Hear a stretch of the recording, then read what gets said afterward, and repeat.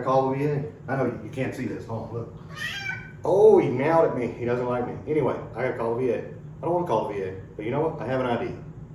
If I gotta call the VA, I know what it's gonna take. Because it's frustrating. Bear with me. I'll be right back. Let me show you.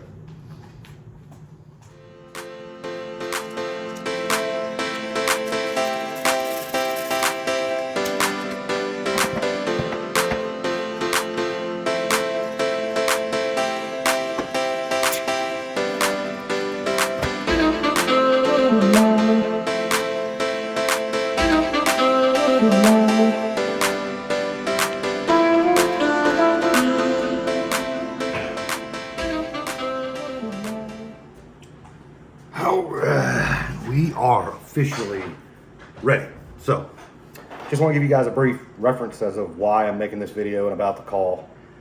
This is all about a VA claim that started back in 2022. The initial claim was February 1st of 2022. And I say the initial claim because that's when the VA finally picked it up. So, I mean, if you're a veteran, you know there's been months prior up to leading to that. So that's when it all started. And after that, the claim ended up being updated and moved along and accepted on February 23rd of 2022. And they had a decision determined at that time. The decision, we appealed it. I ended up going to a law firm for that, and we appealed it for a higher level review, supplemental review. That was months later now. We're talking 3 more CMP exams after the initial 2 for the initial one, because they tend to just want to send you over and over and over. It's almost like they're fishing for a doctor that'll give them the information that they hope would best interest them instead of the veteran. But anyway, on February 6th of 2023, after I finally got another review decision, we ended up, where am I at here? We ended up appealing that again to see if we could get a better determination, because it didn't really agree with the rating that I was given. And lo and behold, by May 3rd, I think we finally did it. It's like, yay, it's here. They've determined it. They've given me the rating that I properly deserve. And I was like, hell yeah, let's move on from here. But as always, guys, when it comes to the VA tends to have problems. And I guess the VA has errors that tend to be trending. I don't know if that kind of rhymes at all, but anyway. So the effective date, we determined after looking at it, was incorrect. They had just moved it back to a couple of months ago. And of course that's not right, because this has been an ongoing claim and higher level reviews all the way back to February of 2022. So we had to then submit it again to get them to realize a duty to assist error. And that ended up coming back, and they had a phone call on June 13th. My attorneys did, with the VA. And on June 14th, I ended up getting a decision letter. I was able to look it up online and ended up getting it in the mail that stated it was a final decision that they had made, that they did have a duty to assist error. They failed to put in the proper effective date, and the decision was final. Here's all the evidence. They attached it to my decision letter, and I'm sitting here going, yay, finally we're moving again in the right direction. So I sit on it, and I'm told to just sit on it and wait. So that was on the 14th of June. I finally call them back on the 28th, because I know the July holiday is coming up soon. And I just asked them, and I asked the lady on the phone, I said, so I got this final decision saying that they acknowledged the duty to assist error and that it was going to need to be corrected. And she said, oh, well, yes, that was just, the decision on, we saw it, here it is, here's the problem. It needs to be fixed. But then she tells me it never got pushed along or reopened for that to be done. So I was like, what the hell? So she finally gets that done, and that led me to the phone conversation I had today. And this is a real phone conversation that I had on July 5th. And it's about the effective date and me not understanding that there was a decision made. They agreed there was an error. This was all done on the 14th of June of this year. And they even attached the evidence. Well, you'll hear in the phone conversation, the lady basically ends up getting back to me, and she tells me at the end that, well, that was just a decision to acknowledge we made an error. And then we had to reopen it, and now it's being submitted for someone to actually complete and fix the error. So it almost seems like, why are we jumping from one puddle to another puddle to another puddle? Why does it take 18 people to just review a simple decision that you've already made? So, with any further ado, let's just go ahead and jump into the call. And once you guys hear the call, I'll come back and give a wrap up. All right, let's get into it.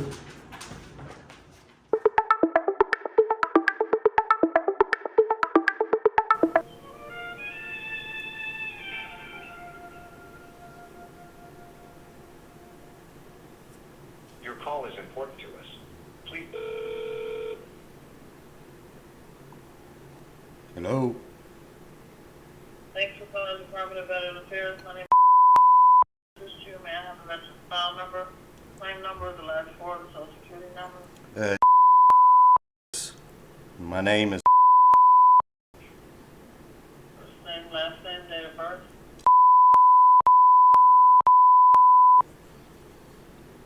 Branch of service. I was in the U.S. Army. Am I speaking with the veteran? Yes, you are. Thank you for that information. Thank you for your service, and how may I help you? Well, I just had curious questions. It's going to be kind of a long call because I don't want to have to keep calling back to get like an understanding.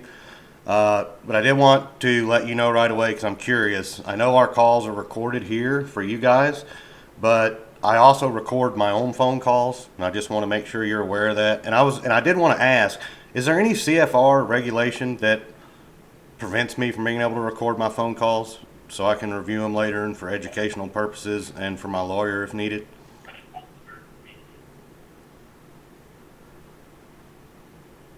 And if you can't, I'm not aware of any, sir. okay. And I don't know the answer to that, to be honest. okay, I was just curious. I don't want to get you. I just don't want to get myself in. I'm not quite sure the nature of your phone call, but how can I help you? Well, it's just in reference to my claims. You know, the claim that's been going on for a while now. And I just kind of wanted to get a full understanding of it. And I want to break it all down. So I mean, if you have a supervisor you'd rather me talk to, that would be fine. But, you know, I'm pretty sure you guys can look at it too.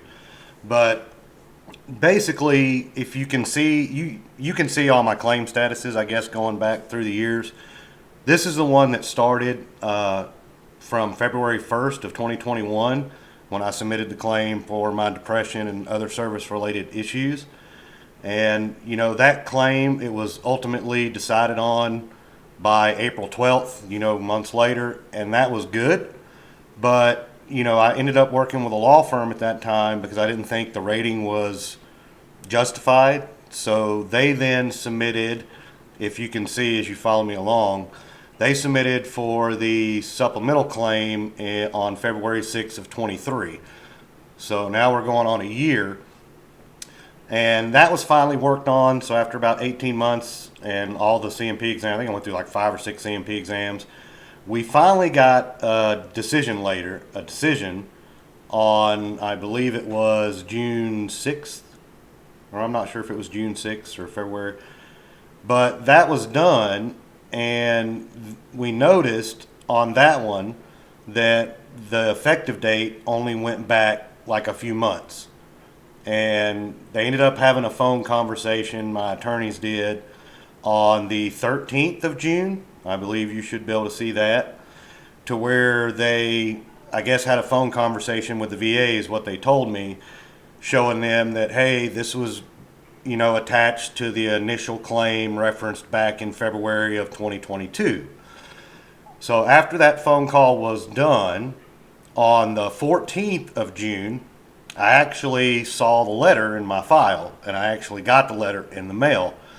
And that letter stated that this was a final decision, that they agreed the correction for the effective date was determined and needed to be updated. And it supplied all the evidence, all that was attached. And where it confused me is it said, hey, final decision, we agree with you, here's all the evidence. So after about a few weeks, I called you guys back because nothing, when I looked on the, you know, the va.gov site, it kept telling me it was closed. And I was like, okay, it's closed, and it said they agreed, and here's the evidence, but nothing was happening. So when I called back, I believe it was, you know, on the 1st of July, I can't remember the exact date, you know, the lady stated to me that, oh, well, this doesn't necessarily mean it's final. it was just never pushed to the next review level, I guess. So she ended up doing an update in the system, and then I saw where it changed to where now it was back open to a higher level review for the effective date, and she said to give it 30 days. So I was confused on where the 2 weeks went and why that wasn't already done. But I guess where I'm confused on is, the current status, when I look at it, it states during their review, the higher level reviewer determined an error that must be corrected before deciding your case. And that's where it confuses me, because they already have a final decision letter stating that the effective date was incorrect and it needs to be corrected, and it is being corrected. The decision on my rating was already made and has finally been made, so that's where that gets a little confusing. And it says the VA may contact you or ask for more evidence. I think that's just a generic term, because I've already been through like 5 CMP exams and have been dealing with this for over a year now. So I guess my biggest question is when it comes to correcting that date, I've went through the process, I've done the process, my lawyers have done the process, we've submitted it multiple times for review. The final letter I got says this is a final decision. Your corrective date, your effective date does need to be corrected, and here's all the evidence that we use to determine that factor. So since that was done and sent to me, why is it now being sent somewhere else if it's already decided and if all the evidence is already in? And why is it just not going ahead and being corrected once they made that determination? I just don't understand how many different puddles it has to jump to, and exactly where we're at right now and what is the exact next steps in the process. Does that make sense? I've tried to be very thorough.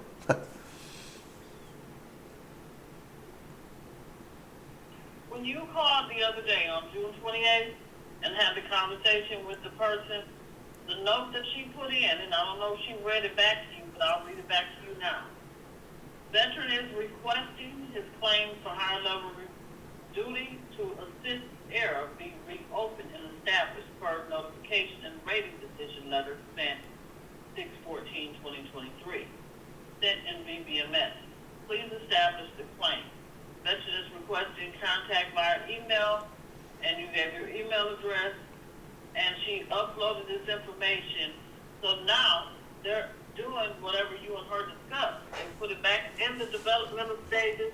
They're going to look over the information that is the error, the assist error, and while they're looking over that information for review, even though they decided, yes, we made an error, it still has to be reviewed on the error that was made. So while they're in a review pattern, they have to be in a development stage of your claim.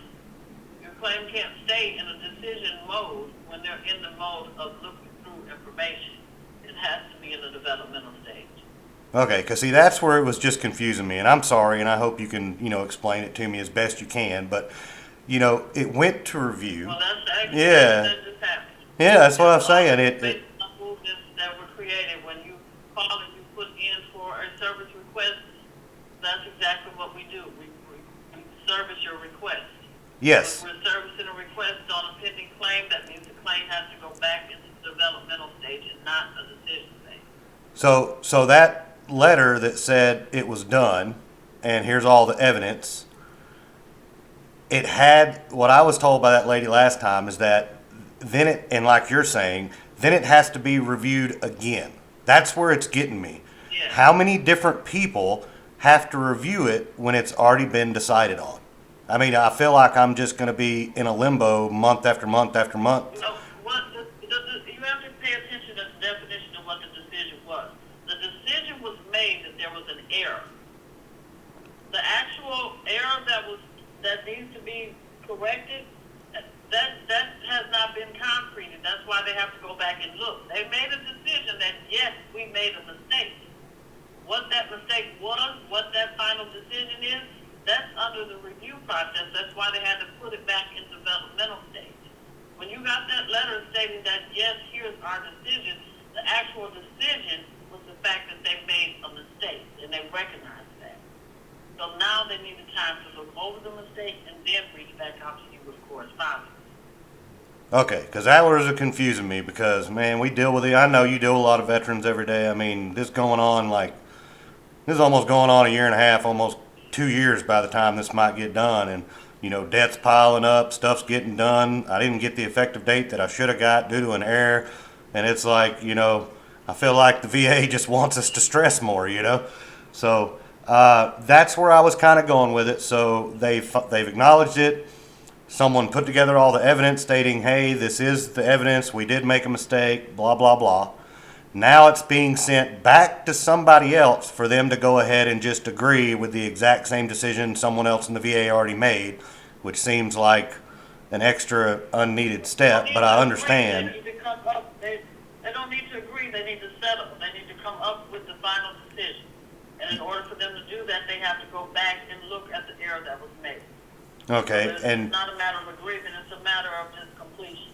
yes, and that's what I was thinking. So how long does that normally take when something's already been made? That's the other part I don't understand. I mean, it seems like all the legwork was done. You know what I mean? All the evidence was done, all the gathering was done. So that's where it's like. So if all the legwork's been done, VA pending work. yeah.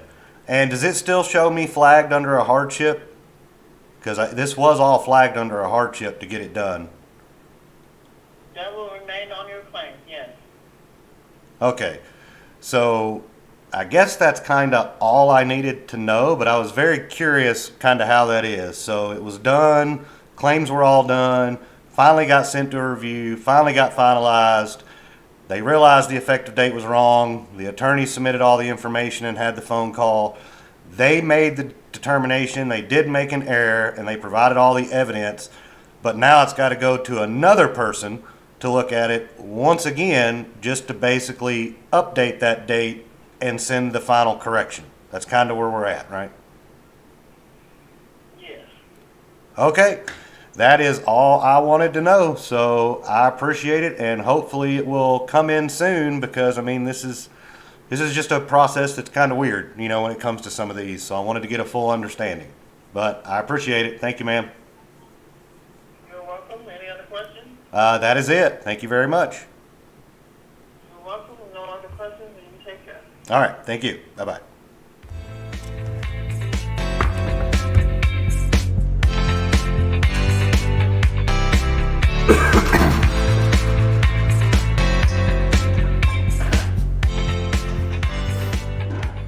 Okay, guys, let's do a wrap up here. I wanted you all to get a chance to actually hear a real conversation with the VA. I know when I first started out in this process, I searched for that specifically. I wanted to hear how it's going to go, maybe get some insight, and I never had the opportunity to find that located anywhere. And you should know at this point, because you probably already know, that the VA is kind of complicated. I feel they've added so many different levels and reviews. Most of those I would consider extremely redundant and a waste of money. But I'm actually hoping this video finds its way into certain people's inboxes, like the governors, for example. Maybe into Senate or Congress, we'll find a way to get it to them. Maybe some will see it. Maybe it can make a difference. But if we don't put these out, who knows? So I will be sending this to hopefully the inbox of the DC's Director of Veterans Affairs. I'm also going to send it to my local mayor here in Nevada, which is Joe Lombardo. And basically to wrap this up for me, the current administration, we all know they're wanting to hire 90,000 IRS agents, but they want the VA, I guess, to keep working with understaffed individuals. Veterans are suffering. We're waiting even longer. And these final decision letters you get, you end up realizing they're not actual final decision letters. They've got to go to someone else, and they've got to actually review it, and they've got to make a final decision on it when it was already determined final, and they already have the evidence, and they've already sent you that letter and stated as such. So I think there's a lot of hoops, like I said earlier, that you have to jump through, a lot of unnecessary steps. And what they don't realize is while we're waiting on all of this, the veterans like myself and you and others out there, we're sitting here accumulating large portions of debt. We're trying to find a way to just eat. We're trying to find a way to feel like we have a purpose with our family and provide for our families. And we end up and this is just my personal opinion, you know, I think a lot of us end up semi-alcoholics. You know, we're sitting here, we're waiting, we can't do anything, we're in limbo. It's taking one review after another review, 18 CMP exams. It just goes on and on and on. And again, that's just my personal opinion, but I do believe that there's a lot of fraud, waste, and abuse type of errors that the VA does, and they've implemented way too many levels of review. So once a decision has been made final and reviewed and agreed upon, I think that should be it. It shouldn't have to go to 4 more different people, I assume, to finally get it put in place. So I have a suggestion for DC if someone ever comes across this or it gets to their desk or someone ever watches it. Why don't you take 20,000 of those 90K IRS agents? Why don't we hire 20,000 VA claims adjudicators, and maybe, just maybe, cases could move along a little faster and we wouldn't have veterans waiting years. I know, Tank, give me a minute, hush, doing a video.